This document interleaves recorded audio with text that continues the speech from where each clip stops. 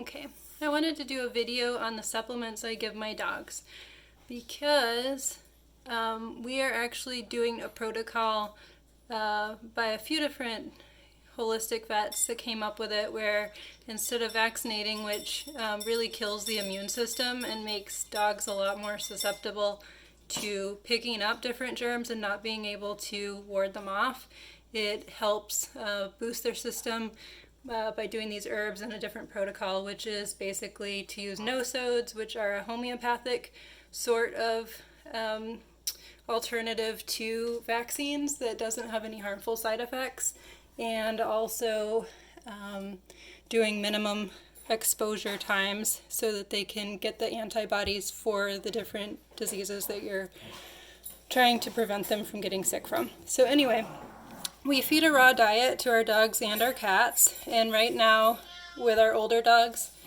they're getting mostly rabbit, but that's not very affordable for the puppies because the puppies eat so much, and so they're mostly eating chicken, although we do rotate different proteins. So they're getting that, and it's an 80-10-10 product with, it's all ground up, and it's 80% meat and then 10% organ and 10% bone because they really need the bones for calcium, and the organs are really rich in different vitamins. So they eat that as their main source of food, and then they get whole chicken necks or turkey necks to chew up, which is really good for their teeth, to keep their teeth white and plaque free. And then we'll start here. This is colostrum powder.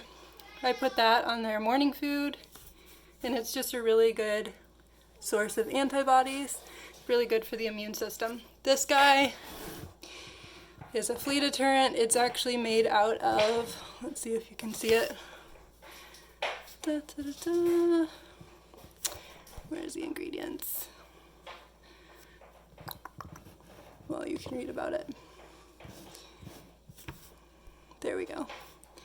So it's made out of brewer's yeast, which I don't love, but I'm trying this product right now. Brewer's yeast is very controversial. Some people think yeast in general, even brewer's yeast or nutritional yeast, is bad for the body and causes more yeast. But we're experimenting with this product right now. There's also another one I use for fleas too. But we're seeing how this works. It takes a good month to get in their system enough for it to make a difference. But we do not use any chemical flea preventatives at this time. And skipping over to this, we've started using this with our older dogs because we have used flea poison, which basically is poison, any kind of flea drops on the back of the neck or flea pills. It's all like really toxic and poisoning their system and causing all sorts of problems in their kidneys and in their liver. So this is really great for liver health, and it actually prevents problems, but also like cleans out the liver and really helps with anything that they've already got built up. This is fish oil. It's just really good for their coat and full of omegas. This is a green powder because I don't tend to give them vegetables. This is a good way to get them more vitamins, and it has barley grass, I don't know if you can read that, wheatgrass, kelp, Irish moss, spirulina, and chlorella. And then this is just a probiotic. I don't love to use probiotics in powdered form because they're not as natural and they're very processed, and so they're not as good. I prefer to actually give the dogs sauerkraut, the raw kind, like Bubby's brand. And you can give them like little bits of that at a time instead of a powdered probiotic, but sometimes this is just quicker to do.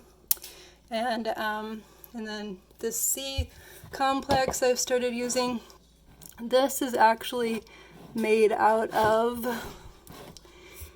it has C, but it also has bee pollen, which is really good for the immune system, but I've heard from different beekeepers that it's not awesome for bees, the way that they have to collect it, so that's something to consider. I didn't know that when I bought it, and now I may or may not buy it again, but I am trying to boost their immune system as much as possible to get them through any kind of parvo issues. And then it has this vitamin P, citrus, and hesperidin. And then this, I don't use with the puppies right now, but it's a great heartworm alternative to a pill. It's a little pricey. This jar is $127, but it lasts a while. I mean, with little dogs, it especially lasts a whole lot of time. There's a smaller bottle too that's cheaper.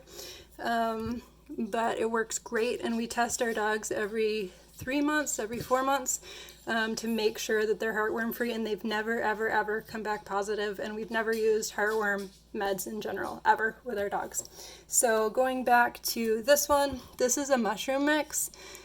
It's just another thing to boost their immune system, and it has all different kinds of mushrooms in it. So I give these supplements every single day, spread throughout 3 meals for the little puppies and 2 meals for the big girls. And the only thing I don't give is Sophie can't handle any kind of fish oil because she gets a lot of acid reflux issues, and so I don't give her that, but everything else all of them get.